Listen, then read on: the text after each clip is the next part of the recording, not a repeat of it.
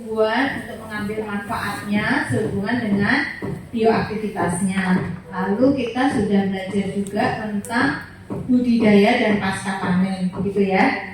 Jadi pada kesempatan ini adalah untuk memperdalam ilmu botani farmasi. Kalau kita di awal di kuliah umum yang ada di depan, itu kita belajar tentang botani farmasi, ada 2 suku kata ya, ada 2 kata yang menyusun, ada botani, ada farmasi. Jadi kita mempelajari pemanfaatan tumbuhan terkait dengan kegiatan kefarmasian gitu, mau itu untuk obat, untuk kosmetik, untuk apalagi ya kemarin pewarna alami, pestisida, menghasilkan API ya, active principle atau active pharmaceutical ingredient yang nantinya ke arah obat. Jadi sebetulnya sangat luas. Botani farmasi itu tidak selalu kita bicara tentang pemanfaatan tumbuhan untuk aspek kesehatan semata-mata, tetapi juga aspek lain terkait juga di bidang-bidang estetika ya, kecantikan sekarang ini lagi booming dan pasarnya jauh lebih luas. Kalau Bapak Ibu mengembangkan jamu hipertensi, yang minum kan hanya sekian persen dari prevalensi hipertensi di Indonesia. Tapi kalau Bapak Ibu mengembangkan misalnya krim untuk tabir surya, sekarang ini bapak-bapak pun membutuhkan krim tabir surya, bukan untuk estetika sebetulnya, tetapi untuk perlindungan karena sinar UV yang menembus lubang-lubang ozon di atmosfer kita itu cenderung memicu terjadinya kelainan genetik di kulit ya, nanti untuk memicu kanker nanti.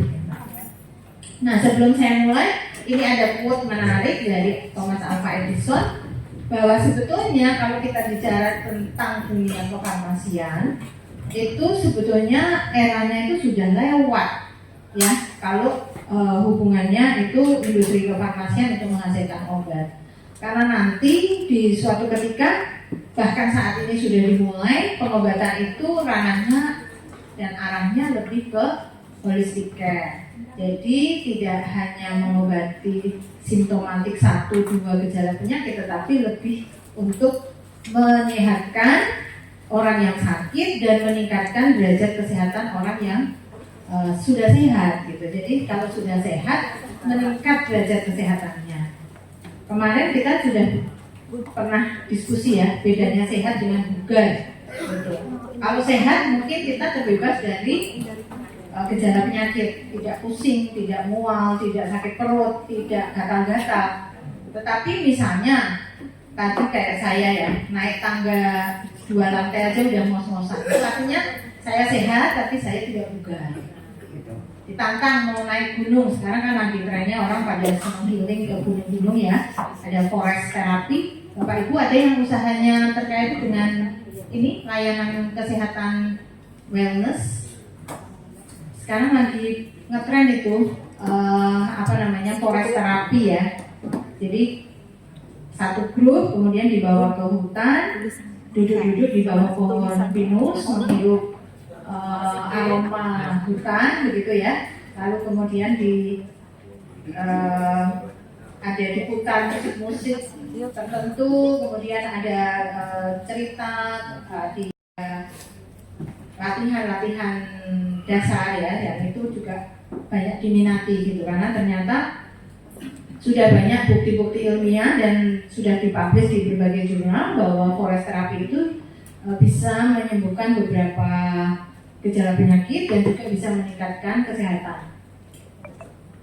Nah, nanti tren pengobatan tidak hanya obat tapi lebih holistic care ditambah juga nutrisi, karena ada satu quote yang menarik juga di orang barat sana, you are what you eat. Jadi sebetulnya profil kesehatan kita ini tergantung dari apa yang kita makan.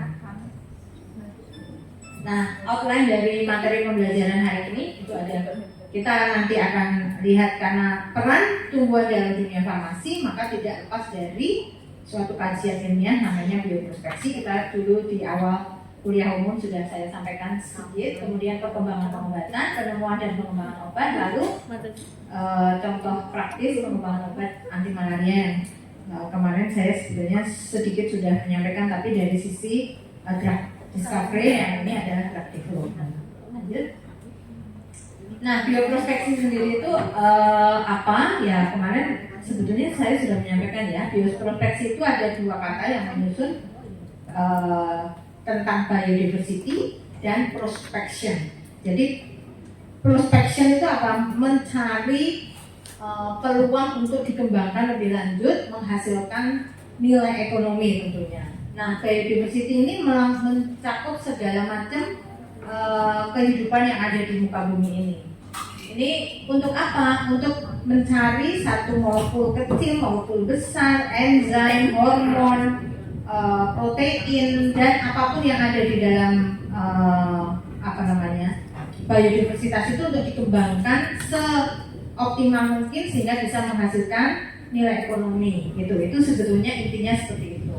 Nah, nilai ekonomi itu akan diperoleh jika dia dikembangkan untuk memenuhi kebutuhan hajat hidup manusia, apa saja itu terkait dengan industri pertanian. Sekarang ini kan sudah mungkin kita nggak ada yang tidak tahu ya, misalnya ekoenzim. Itu kan kita bicara tentang bioprospeksi suatu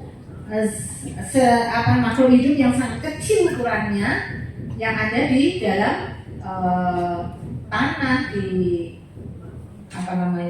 sisa-sisa makanan dan lain-lain ya, yang kita trigger untuk berkembang biak melalui pemberian suatu makanan di kondisi tertentu gitu, sehingga dia mengaktifkan makhluk-makhluk prebiotik dan probiotik. Kemudian aquaculture, bioremediasi itu juga banyak diteliti sekarang ini untuk